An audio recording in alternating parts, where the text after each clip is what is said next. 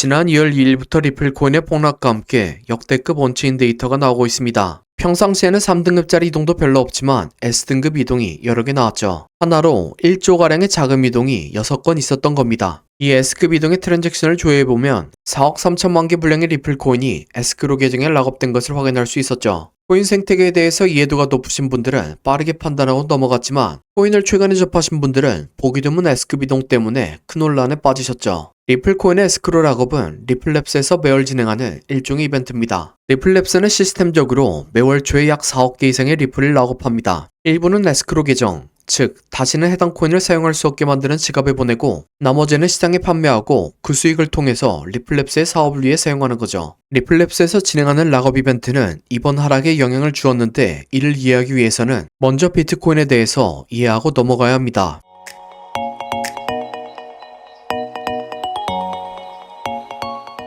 비트코인은 2008년 세계 금융위기로 인해서 만들어졌습니다. 당시 글로벌 금융 시스템은 은행의 과도한 대출과 파생상품 거래로 인해서 붕괴 직전에 있었죠. 일명 서브프라임 모기지 사태입니다. 이로 인해서 당시 미국의 투자은행이었던 리먼 브라더스가 750조 원 규모의 부채를 안고 파산하면서 미국의 다른 은행들이 대규모로 파산을 위기에 처해 있었습니다. 이를 지켜보던 미국 정부에서 구제금융으로 금융권의 연쇄 파산을 막아주었죠. 다들 아시는 것처럼 정부에서 진행한 구제금융의 자금은 세금으로부터 나온 돈입니다. 즉, 잘못은 금융권과 정부에서 했는데 책임은 국민들이 지게 된 겁니다. 이로 인해서 금융권의 능력과 정부의 일처리 능력에 불신을 가지는 사람들이 많아지게 되었고 중앙기관에 의존하지 않는 새로운 금융 시스템의 필요성이 제기되었습니다. 이때 이러한 필요성의 갈증을 채워준 천재가 등장한 겁니다. 사토시 나카모토란 닉네임의 인물이 2008년 10월 31일 본인이 직접 만든 비트코인의 철학과 작동 원리를 담은 백서를 세상에 배포하게 됐죠. 사토시 나카모토는 투명한 금융 시스템을 만들기 위해서 노력했습니다. 누구나 자금의 흐름을 감시할 수 있고 중앙기관에 의해서 발행량이 조절될 수 없게 비트코인을 설계한 거죠. 이 세상의 거의 대부분의 것들이 그렇듯 비트코인 역시 처음에는 큰 관심을 받지 못했습니다. 하지만 중앙집권적인 금융 시스템에 대해서 불신이 생길 때마다 비트코인은 빛을 보기 시작하더니 어느새 시가총액 순위 10위권에 들어가는 자산이 되었으며 코인은 어느샌가 모두에게 평등한 금융 시스템의 상징이 되었죠. 이러한 사연이 있었기 때문에 비트코인에는 많은 팬덤이 생겨났고 코인은 탈중화란 이미지와 함께 알트코인들이 생겨났습니다. 하지만 리플은 다른 코인들과 다르게 탈중화에서 거리가 멀었습니다. 리플은 최초 발행했을 때 1000억 개의 코인이 발행됐는데 그중 60%를 리플랩스에서 보유하고 있고 나머지 40%를 유통한 거죠. 여러분들도 아시는 것처럼 전체 수량의 상당수를 차지하면 가격을 통제할 수 있고 유동성에 영향을 줘서 시장을 혼란스럽게 만들 수도 있습니다. 이 때문에 코인이 평등한 금융 시스템의 상징인 분위기에서 리플은 발행될 당시부터 지금까지 평등하지 않은 운영을 시도했다는 이유로 욕을 먹었었죠. 그래서 리플랩스는 본인들의 문제점을 인정하고 대응책을 블로그에 게시하였죠. 이 내용을 살펴보면 2017년부터 550억 개의 리플을 에스크로 계정에 락업하기로 한 겁니다. 이에 따라서 매달 10억 개의 리플을 55달 동안 락업한다고 한 거죠. 따라서 최근 발생한 리플코인의 하락에는 트럼프의 관세 정책도 영향을 주었다고 할 수 있지만 에스크로 락업 과정에서 판매된 리플코인이 보다 직접적인 영향을 주었다고 생각할 수 있는 거죠. 실제로 이 내용을 자세히 보면 말은 10억 개라고 했지만 4억 3천 개가 에스크로 계정으로 보내진 게 보여지죠. 참고로 매달 5억 개가량이 락업되고 이 정도 수량의 락업이 28년도 4월까지 예정되어 있습니다. 사실 이러한 리플랩스의 에스크로 락업이 중앙화를 방지한다고 하지만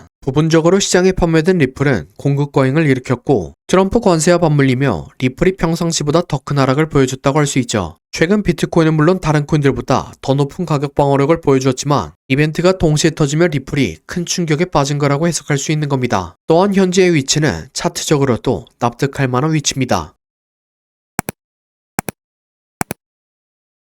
리플은 지난 7년 동안 고점은 낮아지고 저점은 높아지는 삼각수렴을 진행했습니다. 그러다 작년 12월에 수렴을 돌파하는 거대한 상승이 나오며 신고점 갱신까지 만들었죠. 제 방송을 작년부터 지켜보신 분들은 아시겠지만 수렴의 돌파 이전에 상승 시그널이 나왔었습니다. 말씀드린 상승 시그널은 충격파동인데 충격파동이 나오면 거대한 조정파동이 나오지만 저점을 깨지 않고 이전 5파의 고점을 갱신하죠. 리플 역시 지난 7월에 충격파동이 나왔습니다. 이후엔 이론대로 저점을 깨지 않았고 618 부근에서 파동의 형태가 마무리되었죠. 거기에 더해 충격파동보다 훨씬 큰 조정파동이 나왔기 때문에 연장된 형태의 충격파동이 나올 걸 예상할 수 있었습니다. 임펄스보다 훨씬 길게 지속된 복합조정이 완성되었기 때문에 연장된 형태의 임펄스가 나올 것으로 예상하며 최소한 리플의 가격이 $1 이상까지 올라가지 않을까 생각합니다. 그리고 리플은 생각보다 훨씬 강한 상승 파동을 보여주었으며 타점부터 600%의 상승을 보여주었습니다. 그리고 여기서 3파가 강한 형태로 나올 때 등장하는 3.236에서 파동 한 단위가 완성됐죠. 따라서 현재의 위치는 크게 두 가지의 시나리오를 생각해 볼 수 있는데 4파가 2파 파동 교대 형태로 단기 조정이 만들어졌고 3파가 연장됐기 때문에 5파가 1파와 균등한 형태로 5파동을 완성시킨 것, 또는 4파가 만들어지는 과정 중에 불규칙 시연장 파동이 만들어진 걸로 해석되죠. 경우의 수가 어떻든 간에 충격 파동을 설명할 때 말씀드린 것처럼 충격 파동이 완성되면 거대한 조정 파동이 나옵니다.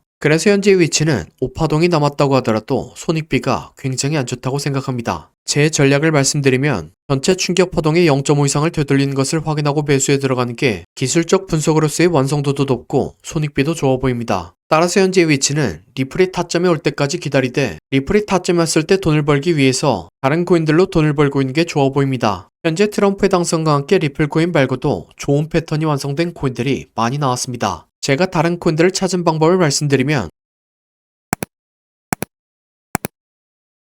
첫 번째로 세력이 장기간에 걸쳐서 매집한 흔적이 발견돼야 합니다. 이게 흔히 말하는 박스권이고 이 크기는 크면 클수록 좋습니다. 두 번째로는 박스권을 만드는 동안 개미들의 물량을 뺏는 과정이 발생합니다. 여기서 나오는 게 오랜 기간 동안 횡보를 하면서 개미들을 지치게 하는 횡보 조정과 가격을 갑자기 빠르게 움직여 개미들에게 공포를 주며 물량을 뺏는 가격 조정이 있죠. 마지막으로 개미들의 물량을 충분히 뺏었다 싶으면 상승의 신호를 추적해야 합니다. 보통 상승의 신호탄은 거래량을 동반한 장대 양봉이죠. 예를 들면 2020년도에 엄청난 상승을 보여줬던 세타펠 코인이 있습니다. 이렇게 1년 동안 횡보를 하면서 박스권을 만듭니다. 그 과정에서 가격 조절 한 번씩 주죠. 그리고 물량이 타 보였다 싶으니까 거래량을 터뜨리면서 장대 양봉을 만듭니다. 하지만 곧바로 가격을 떨면서 개미들을 털죠. 이렇게 1년 동안 횡보를 하면서 박스권을 만듭니다. 그 과정에서 가격 조절 한 번씩 주죠. 물량이 타 보였다 싶으니까 거래량을 터뜨리면서 장대 양봉을 만듭니다. 하지만 곧바로 가격을 떨면서 개미들을 털죠. 그래도 이전 거래량을 죽지 않고 이전 박스권 위에서 다시 한번 지지합니다. 네, 세타퓨엘은 12,000% 상승했습니다. 똑같은 방법으로 도지코인은 2년 동안 횡보를 하고 가격 조정을 주고 거래량 터뜨린 다음 상승, 개미 털기, 이전 박스권에서 지지. 도지코인은 2만% 상승했습니다. 마찬가지로 칠리즈는 2년 동안 횡보를 하고 가격 조정을 주고 거래량 터뜨린 다음 상승, 개미 털기, 이전 박스권에서 지지. 칠리즈는 26,000% 상승했습니다. 방금 예시에 나온 3개의 코인 모두 21년도 2월달에 신호탄이 나왔었는데 이때는 지금보다도 시장 분위기가 훨씬 안 좋았습니다.